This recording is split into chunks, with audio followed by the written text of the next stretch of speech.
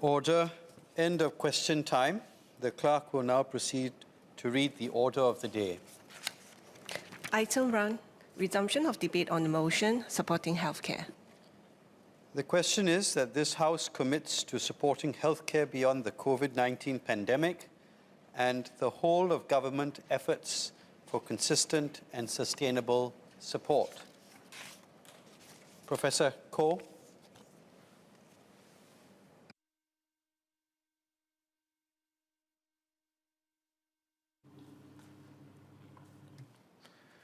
Mr. Deputy Speaker, I stand in support of this motion. I would like to join the debate today by highlighting a growing healthcare issue facing the academic community. Our universities and academic institutions are places of higher learning, research, and innovation. They are also workplaces where faculty members, researchers, and students spend a significant amount of their time. In recent years, the academic work environment has become increasingly stressful, leading to the rising incidence and prevalence of mental health issues among university researchers and graduate students. A global study conducted in 2018 found that 41% of graduate students worldwide suffered from moderate to severe anxiety, while 39% showed signs of moderate to severe depression. This survey, which was based on the responses of over 2,000 students from 230 institutions across 26 countries, reported that in general, graduate students are more than 6 times as likely to experience anxiety and depression compared to the general population. There may be several reasons why mental health issues are becoming prevalent in academia. One of the biggest causes, arguably, is the constant pressure to perform. The academic path can be both long and narrow. It may also come with significant opportunity costs. Having committed typically around 10 to 15 of the most productive years in their 20s and 30s to acquiring an increasingly specialized skill set as an early career researcher, the scope for an alternative career tends to get increasingly narrower as they progress in their training as graduate student, postdoctoral researcher, and then junior professor. The pressure to continue down this path and succeed as a tenured academic can be enormous. Additionally, the nature of academic research for some disciplines can be arduous and unpredictable. The demands of laboratory experiments or field surveys typically require individuals to work after hours and over weekends. These long, irregular, and grueling hours of research inevitably compromise work-life balance and can have significant impacts on the mental health of early career researchers. Many of them are also at an age when they are trying to start a family, and so these mental health impacts may extend to their partners and other loved ones as well. Furthermore, many research-intensive universities now consider various publication-related metrics when evaluating the performance of their faculty members and researchers. This can create a publish or perish mentality, which in turn creates immense pressures, especially among early career researchers, to publish quickly, frequently, and in the most highly regarded scientific journals. A strong publication track record is critical for securing a good postdoctoral position and academic tenure. However, the overwhelming and constant pressure to publish can lead to persistent feelings of anxiety, resulting in burnouts and other mental health issues. Another major contributor to mental health issues among early career researchers is job insecurity.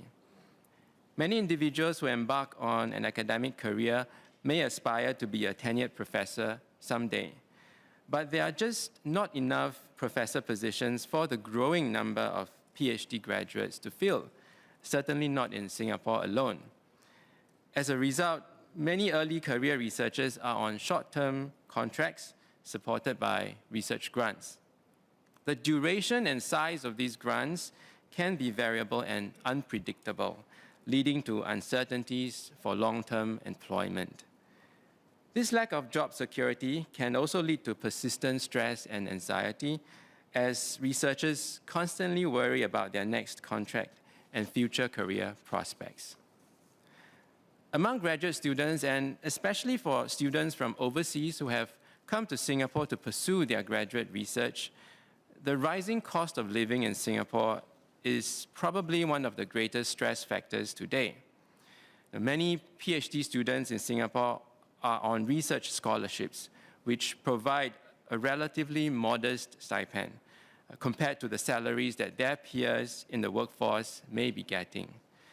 The constant cost of living concerns can lead to a vicious cycle of poor mental health and decreased academic performance, with individuals struggling to cope with the rigorous demands of academic life as graduate students, while also managing their challenging financial situation as young adults. Finally, the academic culture itself can also be a significant barrier to addressing mental health. Indeed, there may be a common but misguided perception in academia that admitting to struggling with one's mental health is somehow a sign of weakness, incompetence, or inadequacy. This stigma can lead individuals to feel like they need to hide their struggles to fit in or to maintain their academic standing among their peers.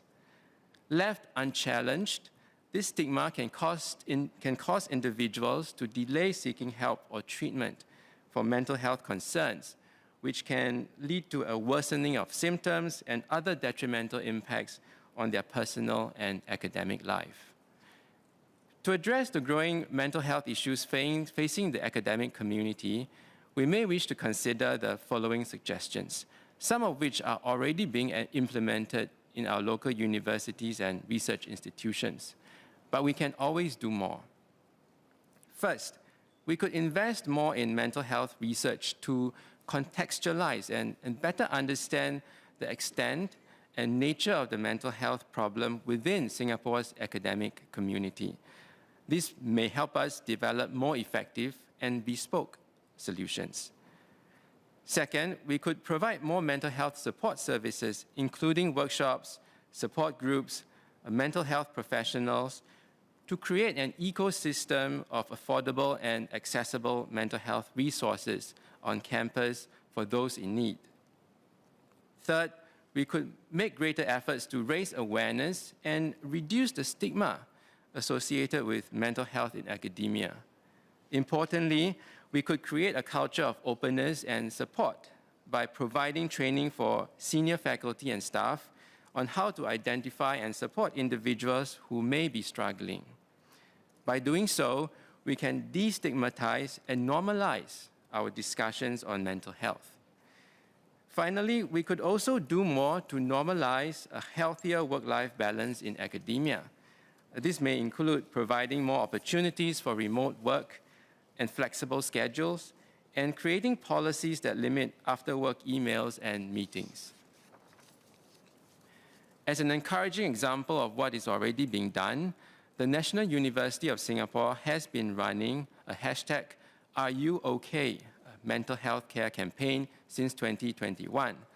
Its main goals are to destigmatize mental health conditions in the NUS community and support those who seek help. It provides free and confidential mental well-being check-ins, emotional support sessions, and a 24-hour hotline, among other services. I declare that I am an NUS professor. Of course, other universities in Singapore provide similar initiatives and support to their academic communities as well. At the national level, the Health Promotion Board runs our National Mental Wellbeing Campaign, It's Okay to Reach Out, which seeks to normalize the topic of mental health and well-being, generate greater understanding and awareness, and encourage Singaporeans to reach out for support. So, Singapore is a global leader in research and innovation. The quality of our universities and research institutions plays a critical role in maintaining this status. More importantly, a physically and mentally healthy research workforce which includes graduate students and researchers at all levels, is needed to ensure the consistent production of top-quality research in Singapore.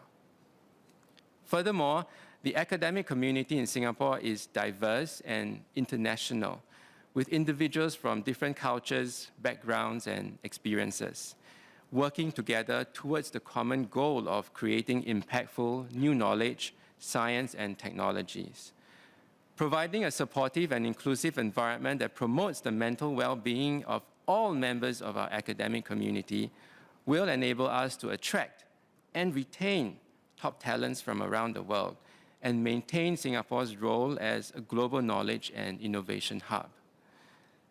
Addressing mental health in academia is not just a moral imperative, but also an economic one. The World Health Organization recently reported that depression and anxiety disorders cost the global economy over $1 trillion every year. Another recent study by the Duke NUS Medical School and the Institute of Mental Health estimated the total economic burden of lost productivity due to anxiety and depression in Singapore to be almost $16 billion annually. By investing in mental health initiatives in academia, we can improve the productivity and performance of our academic workforce, which can have a positive impact on our economy as a whole.